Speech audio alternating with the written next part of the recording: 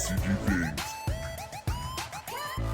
What's up, Yuhp gang? It's your boy Taxon, and welcome back to Yuhp DBSCG Things, and today we're going over another very exciting deck profile, guys. This is going to be a deck that went 2-1 at our leader draft weekend. This is going to be Green Pilaf Wish. But before we get into it, guys, I do want to say that if you guys want any custom mats and or sleeves, absolutely check out promats, guys. This is the best place to go get your custom card needs. Links in the description as usual. And also, before I dive in, I do want to say that I'm trying to grow my Discord community as much as possible. So if you guys are in a search for a community where you can come check the card reviews every single day, ask for an untapped battle and or webcam battle, or generally just ask some card questions, this is definitely the place for you. So I will leave a link in the description below for you guys to go check it out. And with that being said, guys, if you guys enjoyed this deck or my content in general, remember to hit all those buttons for me, like, comment, subscribe, hit that bell so you never miss a video. And with that being said, let's turn it around and check out the list. And one more thing to add, guys, I am trying to give out a bunch of TPs and judge packs and random revision packs and things like that I've collected over time. So I will be doing this every single week. I'll give out 3 to 5 of these packs on my live streams, on my Tuesday live streams, Tuesday testings, of course. So make sure if you guys want a chance to win any of these TPs, you do stop by for next week and any week after that for a chance to win some of these TPs. And for a brief second, I will leave a picture up of what the prizes are so that you are a little bit more swayed into stopping by. With that being said, guys, I hope you guys enjoyed the video. Alrighty, you guys, and here we are with a deck profile from this week's draft. Well, we call this leader draft week, and this is basically when all of us go through a bunch of leaders, pick out a random leader out of a top 3 stack, yada yada yada. Anyways, this is the leader that he got, and he went 2-1 with it. Go ahead and tell us about your deck profile today and your matchups. Alrighty, so this is Pilaf Wish, the green one. There's also a red one. As was the case with these old, this is set 5. Which was Shenron, the first Shenron block. So auto once per turn, when one of my battle cards attacks, it gets plus 5,000 power for the duration of the battle. And then I can add a Dragon Ball for my deck or life to my hand, then shuffle any areas I walk through. When a battle card attacks, which makes this very difficult to use in this current meta. Which, when there's 7 Dragon Ball cards in your drop area, choose up to 1 desire card in your drop area, add it to your hand, and flip this card over. On his backside, he turns into Goku. So he gains, he's a Saiyan Shenron 7 Earthling Shenron. Activate main once per turn, choose 1. I can either draw 1 card, choose up to 1 green or black desire card from my hand, and activates activate main skill as long as its energy cost is less than or equal to my current energy. And then I can remove 7 Dragon Ball cards in my drop area from the game.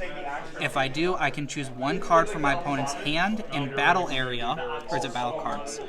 1 card from my opponent's hand and up to 1 of their battle cards, place them in owner's drop areas, and this card gets plus 15,000 power for the duration of the turn. Then flip this card over at the end of the turn. So it's remove 7, you rip a card, rip a battle card, plus 15 for the turn, but then at the end you go back to your front side, which is only 10k. I never used the remove 7 with this leader. I don't think I even did when I played it back when it came out. So obviously we're playing a wish leader. So you need 7 Dragon Balls. I went with just 7 of the basic, the OG Dragon Balls. Very simple. Activate main if the leader card is a Shenron card, draw 1 card.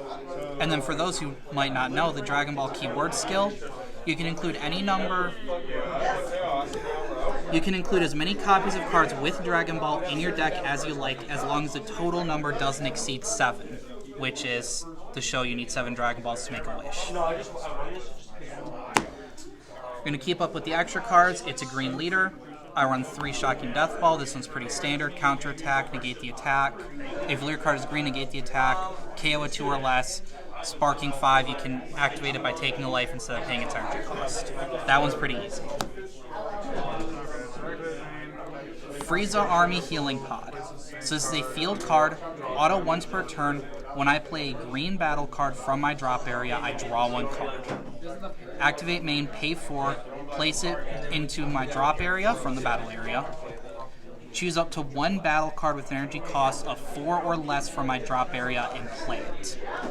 So this is very important for reasons that will become obvious later. It's a 1-drop field, it's easy to get out, there still isn't a whole lot of field interaction, and not many people are concerned with this. And since field cards aren't very big, this will stick. I might run 4. I have 3 in my current list. That's toss-up. With Wish, 2 Dragon Raiders. Activate main once per turn, choose one.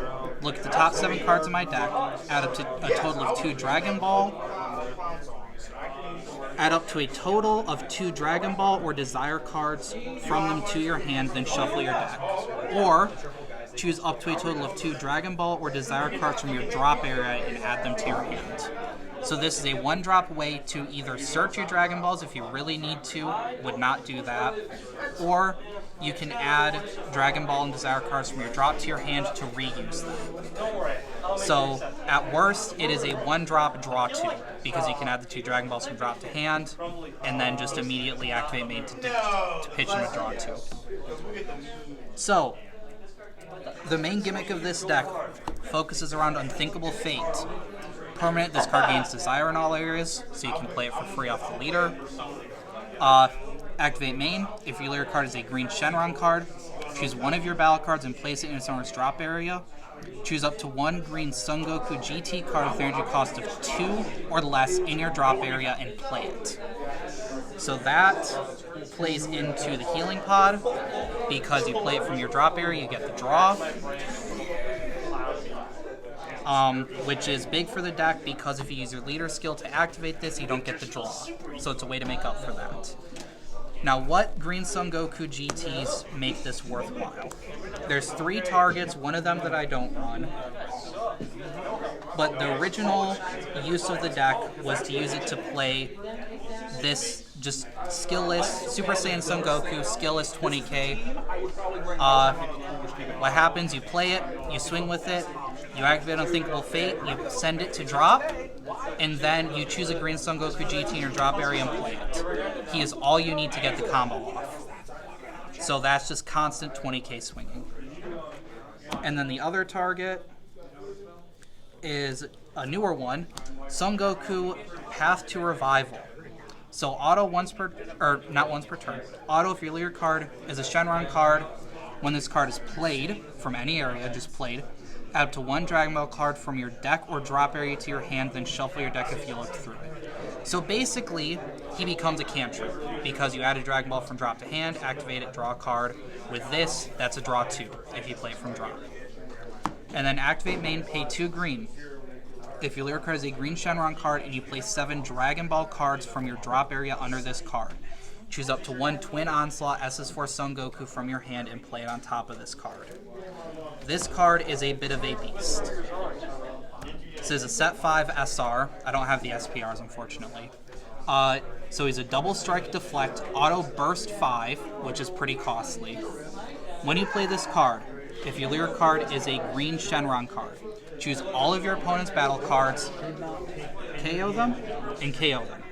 If there are still battle cards remaining in your opponent's battle area, choose all of them, ignoring barrier, and negate their skills for the duration of the turn, and this card gains dual attack for the duration of the turn. Now, because there is a period there, the dual attack is conditional on them having battle cards remaining, but this is still a great card. It's a board wipe for potentially just 2 energy off of him. And then if they have cards remaining, if they have anything that's like barrier, your battle cards can't attack their leader card or whatever, he negates their skills, so you can swing with him directly at their leader, 25k double strike dual attack. He is a bit of a monster, and the main win con of the deck. So that's the main engine. Another extra card, another Desire card, Plea for Salvation. Permanent, it gains Desire in all areas. Activate main if your card is a Shenron card. Choose up to 1 green battle card with energy cost of 3 or less in your drop area and play it. Then choose up to 1 of your opponent's battle cards with energy cost of 2 or less and KO it. This was one of the cards that was errata. Originally, it was just any battle card with energy cost less than or equal to your current energy. That was how this was originally played. Now it's mostly in here just as an extra target in case because I need something for Unthinkable Fate to work. It's just an extra card to activate for free. So, we have 7 Dragon Balls. Sparking Super Combo. Auto Sparking 5, leader card is green. When you combo its card, draw 1 card. It's basic, it's from set 5, easy. Come here. Playing a green deck. we're using 3 of the Majin Buu Unadulterated Malice. Counterattack, leader card is green, negate the attack. If you played it, discard a card, and your opponent can only attack if they choose 2 cards in their hand and discard them each time for the rest of the turn. His Union Absorb doesn't matter, leader card's not Majin. Flood negate, target for Unthinkable Fate. Great card overall. I forgot about this. To help with the whole Dragon Ball thing, because it's only 1 per turn on the front side. Oob, Symbol of Hope. Auto, when you play or combo with this card, if your leader card is a green Shenron card, choose up to 3 Dragon Ball cards from your deck and place them in your drop area, then shuffle your deck. If you place cards in your drop area, you choose up to 1 of your opponent's battle cards, their energy cost of 1, and KO it. So it excavates 3 Dragon Balls, it can KO 1 drops, it can be nice if your opponent's attacking with one of the 1-drop Self-Awakeners. Usually it's just a way for you to wish faster. I've only got 3, I would probably run 4, but when I run 4 I see too many of it. It's a problem. Plus he's a 3-drop. It's clunky but necessary. Now since I need to attack with 1-drops and the Goku only has 4,000 power, I have 4 Android 19 Energy Fiend. He's a 5k 1-drop. Activate main once per turn. Choose 1 card in your hand and place it in your drop area. Draw 1 card. I use this to put the Sealess Gokus in drop so I can Unthinkable Fate on him. I use him to put Desires in drop so I have something to add back off my wish. He's a solid card. He's not the best, but he's good for what he's for. Does exactly what he needs to in the deck. And to go alongside him, SS Vegeta Exploding with Energy. He's a set 6 common. Auto, when you play this card, choose all of your opponent's battle cards with their energy cost of 1 and KO them. He's just nice for getting rid of like BMS or any other 1-drops that cause issues when I try to play cards. Or counter, just lots of 1-drops that it deals with that are nice. And then sort of some last minute additions. Cooler, Vicious Ambush. He's a crit. Auto for 1 green if your leader card is green. When you activate a green extra card, play this card from your hand and you can't play copies of this card for the turn. Since I'm activating extra cards, activating the green desires for free from my hand, he only costs 1 energy, which is huge. Just getting that 1 energy critical out can make a big difference sometimes. I don't think he really did much for me, but he's a nice idea. I have, unfortunately, only 1. Cooler, Effortless Strike. Counterplay. Play this card, and if the battle card being played is an energy cost of 4 or less, it is placed in its owner's drop area instead of being played. Permanent. During your opponent's turn, reduce the energy cost of this card in your hand by 1 for each green extra card in your drop area. And an auto, when he's played, if your opponent has 8 or more cards in their hand, they choose 1 card in their hand and discards it. He's a counterplay. Reduces his energy cost based on the number of extra cards in your drop area, which, since I'm playing a Wish deck, it's only green ones. There's no green Dragon Balls. Can be a little iffy sometimes. Still useful. I would run more if I had them. And finally, I have 1 SS3 Sungoku Man on a Mission. This one's well known, Overwhelm 6, crit double strike 20k. What's really nice, because usually you don't want to overwhelm because that puts your Dragon Balls into drop, which you need them. But because the 1-drop puts them under him to activate the skill, once you do that, your Dragon Balls aren't in drop anymore. So you're free to play him without fearing losing your Dragon Balls, to lose your ability to use this final ability if you need to. And then once he goes away, the Dragon Balls go back in your drop area. So that easily can reactivate Sparking if you need it. That's actually really dope. Yeah, there's certainly some things I'd want to change with the deck, but I'm very happy with how it went. So my first round was against the SS3, the blue SS3 Goku Reborn. Lots of control. It did come pretty close, but I wasn't able to get enough attacks in to get through his defenses, and he was able to swamp me because I used all 3 boos that game, and that it wasn't enough. 3 free turns was not enough against a deck that untaps 4 energy every turn. Game 2, I went up against Garlic Jr. It was a lot of RNG, didn't really work in my opponent's favor. I ended up winning. I was able to play him, and he gained dual attack because Garlic Jr. had Immortal. and then I had him in hand as well. So So you actually did that play. That's yeah, awesome. yep, 3 double strikes. So my last game was very interesting. It was against the Reboot Mass Saiyan leader, the OG starter deck one that was rebooted into starter deck. That was iffy because it's black. Black has Trunks. The leader has the Kraken Space Time, so you got a 30k double strike critical coming at you. But again, RNG didn't work in my opponent's favor. He didn't see any of his Trunkses. And I ended up drawing this, had to overwhelm it with the balls in my drop area, and it ended up getting me the game. So again, overwhelm proves free value is really nice. Absolutely.